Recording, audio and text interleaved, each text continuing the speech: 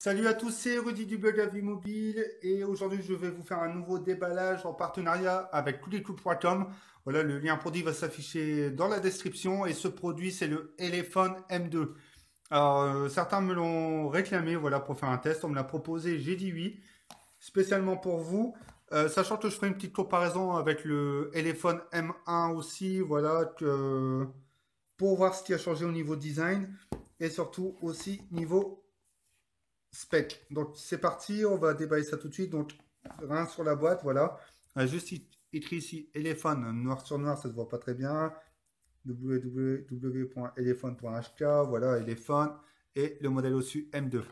Voilà, tout simplement. Donc on va ouvrir ça. Voilà. Donc ici le smartphone qui apparemment m'a l'air en doré, enfin, ou champagne, voilà, ça dépend de vos préférences. Donc ici on n'a rien. Voilà, c'est juste sous le socle, on a quoi? On a ici un port micro USB, je pense. Ouais, un port micro USB que voici. Non, vous ne verrez pas, voilà. Ici, un adaptateur secteur, voilà, de 1 ampère. Voilà, 5 volts, 1 ampère. Et ici, un kit de démarrage rapide. Oh. Et une série de films. Oh.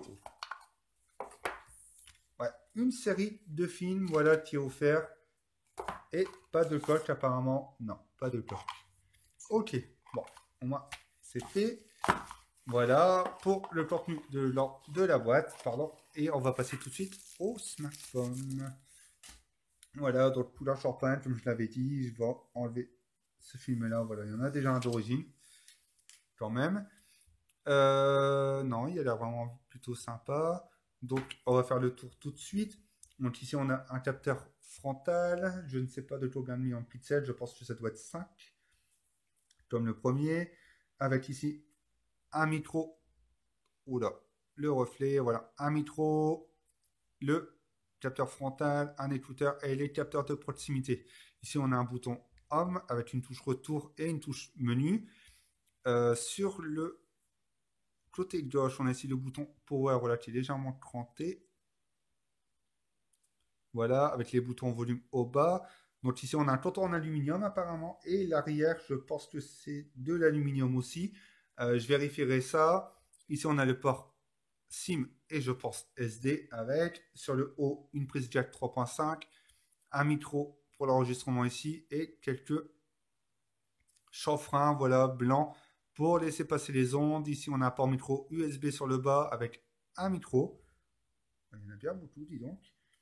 Et ici, apparemment, les écouteurs. Donc, je pense qu'il y en a qu'un sur les deux qui devrait fonctionner. Si c'est les deux, je vous préciserai ça pendant le test.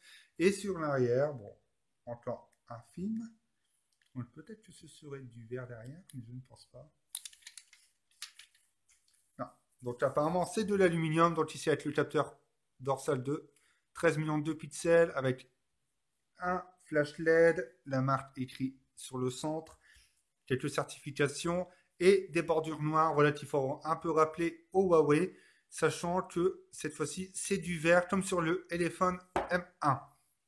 Donc on va le mettre en route. Donc ah oui, c'est sur la droite, à gauche.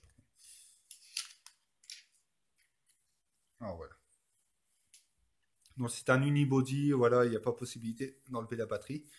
Mais sur le M1, j'avais une bonne prise en main, là ça a l'air plutôt sympa aussi. Les bordures ont l'air assez fins. Non, on n'a pas d'écran de 5D sur ce modèle. Voilà, les tourtons en aluminium aussi sont bien travaillés. Ils ne sont pas très tranchés, ils ne sont pas arrondis non plus. Voilà.